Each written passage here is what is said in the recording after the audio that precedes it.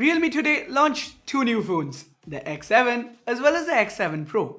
And well, I've been spending some time with the X7 Pro in the last few days and I have some thoughts about it. Hey guys, Amar here from C4eTech, and if you do end up enjoying our review, then please consider subscribing to the channel as well as hitting that bell icon.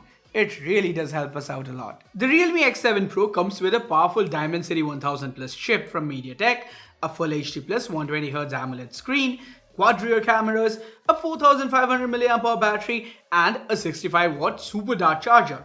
Yes, that's included in the box. Thank you, Realme. But hey, those are just the raw specs. So how do they translate into real-world usage? Well, this is where this video differs from the dozens of others that you'll be watching on YouTube today. Come with me as we read between the lines, figure out how the X7 Pro really performs, and answer the most important question of all. Is this the phone for you? Well, the first time I saw the X7 Pro, a couple of things stood out to me. The first being the MediaTek Dimensity 1000 Plus. This is the latest and greatest from MediaTek, a 7nm 5G capable chip that offers stiff competition to everything in this price segment. Now, I know some of you may be skeptical, so here's a look at benchmarks. Yes, this is the Dimensity 1000 Plus crushing the Snapdragon 855 Plus inside the Realme X3 Super Zoom. Not only does it score higher on the CPU section, but surprise surprise, the Mali G77 MC9 actually beats out the Adreno 640 as well. But hey, why take my word for it? Here's some real world gameplay footage. This is Call of Duty running at high graphics with the max frame rate preset. If we slide down and see the FPS from Game Center, it's hovering around the 60 FPS mark. And guess what? We played Call of Duty for nearly half an hour and didn't really notice any slowdowns. So that esport grade vapor cooling system from Realme, it really seems to be pulling its weight here. Now, I did mention two things, right? And here's the second. This gorgeous 6.55-inch AMOLED panel that we have up front. Now, in the under 30k segment, we either get 90Hz AMOLED panels or we get 120Hz IPS panels. So basically, you gotta choose between those vibrant colors or buttery smooth scrolling. Well, not anymore. Realme quite literally brings the best of both worlds here. And honestly, that sets the X7 Pro apart from the competition. Of course, since this is an AMOLED panel, we have the customary inky blacks and vibrant colors. But check this out. We can go all the way from bright enough to read outdoors to dim enough that it doesn't blind us in the middle of the night. Of course, it's protected by Corning's Gorilla Glass 5. The selfie camera that powers Face Unlock is inside a tiny punch hole to the left. And there's a super fast fingerprint scanner embedded under the display. But for me, the real icing on the cake here is these dual speakers, certified by both Dolby as well as high-res audio. In fact, they're good enough that they almost made me forget the lack of a headphone jack. Almost.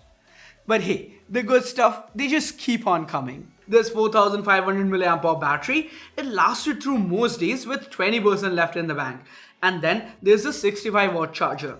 I could wake up in the morning, put the phone on charge, shower, and come back, boom, 100% battery. Yep, 0 to 100% in about 35 minutes. That's crazy, right? What's even crazier is that we have a glass sandwich design here. Metal rims, so premium construction. And as I just mentioned, a 4500 mAh battery, but weighs just 184 grams. Like, it's 8.5mm thin. That's some black magic wizardry, I'm telling ya. Now, while I'm talking about battery life, I gotta give a shout out to Super Nighttime Standby. It's this feature hidden in Realme Labs. Guys, you got to turn this on. Same goes for smooth scrolling too. The difference here is tangible. With Super Nighttime Standby turned on, the X7 Pro lost only 2% battery overnight. So the software here, it's pretty well optimized. And the features, well, it's the same old Realme UI. Well, fingers crossed, but the latter part might actually change soon because Realme is supposed to be rolling out Realme UI 2.0 to the X7 series in the near future. But what about new features? What can we expect with Realme UI 2.0? Well, here's a look at some of them. There's gonna be a lot more theming options, different contrast for dark mode, and Realme seems to be doubling down on security. Of course, it's built on top of Android 11, and there are a lot of new features here. Maybe we should do a dedicated video on it? What do you guys say?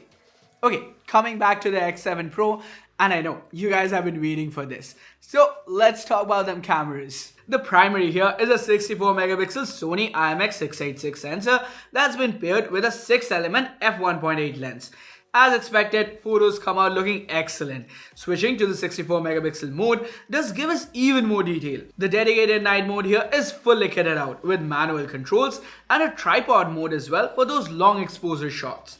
The rest of the quad camera array, well, there's nothing special. There's an 8 megapixel ultra wide and the 2 megapixel depth and macro sensors that we have come to love oh so much.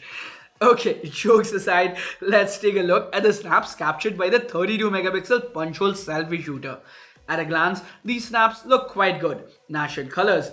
Even the edge direction is good for portrait shots. Things do get a little bit more interesting though once we switch to video. The primary sensor can record up to 4K 60 FPS, crisp footage with great dynamic range. Then there's the usual Ultra Steady and Ultra Steady Max along with an AI portrait mode video. But what caught my eye first was the Ultra Night video mode, and then this. Realme is calling this movie mode. We have manual controls here, even for focus.